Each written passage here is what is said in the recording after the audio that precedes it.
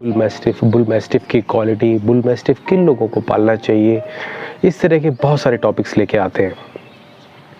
मुझे लगा कि जब मेरे पास अभी इंडिया का सबसे ओल्डेस्ट कैनल है, जहाँ पे मुझे करीबन 18-19 साल होने जा रहे हैं बुल मैस्टिफ रखते हुए, तो क्यों ना मैं अपना एक्सपीरियंस शेयर करूँ ताकि लोगों को पता चल सके कि बुल मैस्टिफ है क्या। बहुत से ऐसे लोगों को भी मैंने देखा है बुल मैस्टिफ पालते हुए, जो लोग बुल मैस्टिफ बताते हुए ऐसे लोगों को भी देखा है जो बुल मैस्टिफ के बारे में जानते भी नहीं, ना उन्होंने पाला है। बुकिश नॉलेज जो होती है वो बहुत मिलेगी आपको यूट्यूब के ऊपर, लेकिन अपना एक्सपीरियंस, रियल टाइम एक्सपीरियंस आपको बहुत कम देखने को मिलेगा। आइए आज हम बात करेंगे हमारे कैनल के बारे में, जिसका नाम है ड्यूरेबल कैनल। आप इसकी साइट भी देख सकते हैं durablecannel.com के नाम से, और स्पेशली हमने एक बुल मैस्टिफ वेबसाइट भी बनाई है bullmastifindia.com, जिसके अंदर हमने बुल मैस्टिफ के बारे में इंफॉर्मेशन शेयर करना और क्या क्या चीज़ें बुल मैस्टिफ के बारे में वर्ल्ड में हो रही हैं उन सब की नॉलेज शेयर करने के बारे में हमने ये वेबसाइट बनाई है। चलिए शुरू करते हैं बुल मैस्टिफ ब्रीड कैसी है। देखिए, बुल मैस्टिफ एक बहुत ही बैलेंस ब्रीड है in terms of power, in terms of looks, in terms of temperament. Balance का मतलब ये है कि देखिए, आपको पावरफुल गार्ड ब्रीड्स तो बहुत सारी मिल जाएंगी, लेकिन टेम्परामेंट वाइज वो बहुत ज़्यादा बैलेंस नहीं होती। टेम्परामेंट वाइज आप उनको अपने घर में रख पाना सभी के लिए आसान नहीं होता। तो अभी हम बुल मैस्टिफ की किन खूबियों के बारे में डिस्कस करेंगे। उन खूबियों में सबसे मेन खूबी है कि आप क्या बुल मैस्टिफ घर में पाल सकते हैं। यस, अगर आप गूगल करके भी देखें तो बुल मैस्टिफ के बारे में आपको पता चलेगा कि बुल मैस्टिफ को घर में, अपार्टमेंट्स में पाला जा सकता है, और ये बच्चों के साथ में और घर के लोगों के साथ में बहुत अच्छी तरह से रहते हैं। बुल मैस्टिफ की दूसरी खूबी है कि ये गार्डिंग भी बहुत अच्छी करते हैं। बुल मैस्टिफ की तीसरी खूबी जो सबसे अच्छी लगती है मुझे, कि ये टीयर एंड ऐसी इंजरीज नहीं करते जिससे स्ट्रेंजर्स की मौत हो जाए। इनकी जो बाइट होती है वो सीजर बाइट नहीं होती। तो इस तरह की बाइट से होता ये है कि डॉग उस चीज़ को पकड़ लेता है और उसको जान से मार नहीं पाता, क्योंकि उसको टीयर नहीं कर पाता। तो कैच एंड होल्ड बाइट करते हैं। कैच एंड होल्ड बाइट में डॉग्स के अंदर इतनी पावर तो होती है कि वो इंट्रूडर को पकड़ के रख सके, लेकिन इतनी ज़्यादा टीयरिंग कैपेसिटी नहीं होती कि उसको फाड़ के जान से मार दे। आजकल के सिनेरियो में हमें किसी को मारना नहीं होता, अगर हमें गार्डिंग भी करवानी है तो कैच एंड होल्ड सबसे अच्छी चीज़ होती है, क्योंकि उससे क्या होता है कि इंट्रूडर को आप पकड़ भी सकते हैं और आगे चल के आपके ऊपर कोई केस या इस तरह की कोई लायबिलिटी नहीं आती कि आपने इंट्रूडर को मार दिया या आपके डॉग ने इंट्रूडर को मार दिया।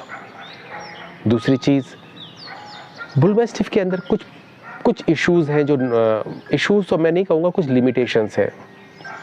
एक लिमिटेशन ये है कि बुल मैस्टिफ्स ज़्यादा गर्म में मौसम बर्दाश्त नहीं कर पाते, तो आपको बुल मैस्टिफ्स को कंपैरेटिवली थोड़ा ठंडा मौसम चाहिए होता है। क्या एसीज चाहिए होते? नहीं, आप एसीज तो नहीं, हाँ, लेकिन कूलर्स समर में चाहिए होते। नॉर्थ इंडिया में जिस हिसाब से गर्मी पड़ती है, 40, 45, 46 डिग्री टेम्परेचर जाता है, तो बुल मैस्टिफ को कूलर्स चाहिए। देखिए, मेरे पीछे मेरा कैनल है, कैनल के अंदर आपने देखा होगा कि कूलर लगा हुआ है। तो मेरे यहाँ पे जो कूलर है वो हमेशा चलते रहते हैं गर्मियों के टाइम पे, खासकर दिन के टाइम पे जब सबसे ज़्यादा गर्मी होती है। तो बुल मैस्टिफ क्या बच्चों के साथ में आप रख सकते हैं? यस, बुल मैस्टिफ बच्चों के साथ में बहुत लवेबल होते हैं और उनके साथ में इतनी अच्छी तरह मिंगल अप हो जाते हैं। इसकी जो ब्रीड को अगर मैं एक वर्ड में अगर मैं बताना चाहूँ तो ये एक इस तरह की ब्रीड है जिस तरह शेर होते हैं, लायन होते हैं। जो मेल होते हैं वो थोड़े बड़े, पावरफुल, ब्यूटीफुल और ईगोइस्ट होते हैं थोड़े, और जो फीमेल होती है वो वर्केबल, ज़्यादा मेहनती, काम करने वाली, गार्डिंग इंस्टिंक्ट वाली बहुत ज़्यादा होती है। तो क्या मेल बुल मैस्टिफ गार्डिंग नहीं करते? मेल बुल मैस्टिफ भी गार्डिंग करते हैं, लेकिन उनकी गार्डिंग और फीमेल गार्डिंग में फ़र्क होता है। जिस तरह से आपने देखा होगा डिस्कवरी शोज़ में कि अगर हम एक लॉइन पैक को देखें जहाँ पर एक मेल है और 2-3 फीमेल्स हैं, तो जो मेल होते हैं भाग दौड़ या ज़्यादा गार्डिंग या ज़्यादा कोई एक्टिविटी नहीं करते। उनका काम होता है ब्रीड को बढ़ाना, मेटिंग करना, लेकिन उनका जो एक मेन काम होता है वो होता है उस पैक की रक्षा करना। बुल मैस्टिफ भी इसी तरह से होते हैं।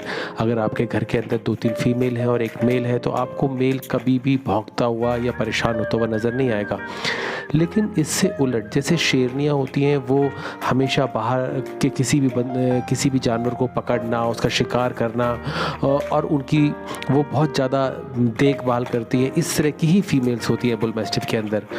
बुल मैस्टिफ मेल कभी लड़ाई शुरू नहीं करते आसानी से, लेकिन लड़ाई का एंड ज़रूर करते हैं। वो बहुत ज़्यादा पावरफुल होते हैं और जब ऐसा लगता है कि उनकी ज़रूरत है, तब वो अलग ही पावर के साथ में निकल के आते हैं। इसीलिए फीमेल्स जो होती हैं उन लोगों को पालनी चाहिए। जो न्यू ओनर्स हैं उनको मैं कहता हूँ फीमेल पालिए, ज़्यादा लवेबल होती हैं, केयरिंग होती हैं, गार्डिंग बहुत अच्छी करती हैं।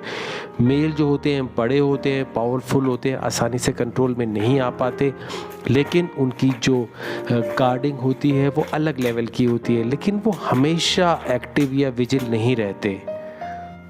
अगर आपको कोई कंपाउंड को गार्ड करना है और आप ऐसा चाहते हैं कि वो डॉग आपके कंट्रोल में भी रहे, आपके घर के बाकी मेंबर्स भी उसको हैंडल कर सकें, तो मैं आपको एडवाइस करूंगा कि आप फीमेल्स रखें। फीमेल जो होती हैं वो इस मामले में बहुत अच्छी होती हैं, बहुत ज़्यादा एजाइल होती हैं और लविंग बहुत होती हैं, केयरिंग बहुत मांगती हैं। बुल मैस्टिफ मेल जो होते हैं वो लविंग होते हैं, लेकिन वो बहुत ज़्यादा ओवर लविंग जिसे कह सकते हैं, वो इस तरह की टेंडेंसी नहीं होती। जैसे हम लोग चाहते हैं घर के अंदर ऐसा डॉग हो जो कम बार्क करे, ज़्यादा स्ट्रेंजर्स या किसी के ऊपर ज़्यादा पाउंड ना करे, चाहे वो प्यार दिखाने के लिए हो या फिर गार्डिंग के लिए हो। अगर ऐसा डॉग चाहिए आपको तो मेल पालना चाहिए। और अगर आपको एक्टिविटी ज़्यादा चाहिए, ज़्यादा गार्डिंग इंस्टिंक्ट चाहिए, तो आपको फीमेल पालनी चाहिए। इंटरनेशनल साइट्स के ऊपर भी इनके ब्रीड की क्वालिटीज़ के बारे में दिया हुआ है, उसके बारे में मैं भी डिस्कस करता हूँ आपसे। अफेक्शनेट विद फैमिली 5 स्टार दिया हुआ है, ये बिल्कुल सही बताया उन्होंने। किड्स के साथ में 5 स्टार दिए हुए हैं, बिल्कुल सही है। डॉग फ्रेंडली होते हैं अगर आप इनको सही टाइम पे इंट्रोड्यूस करा दें, और विद स्ट्रेंजर्स थोड़े से वेरी होते हैं।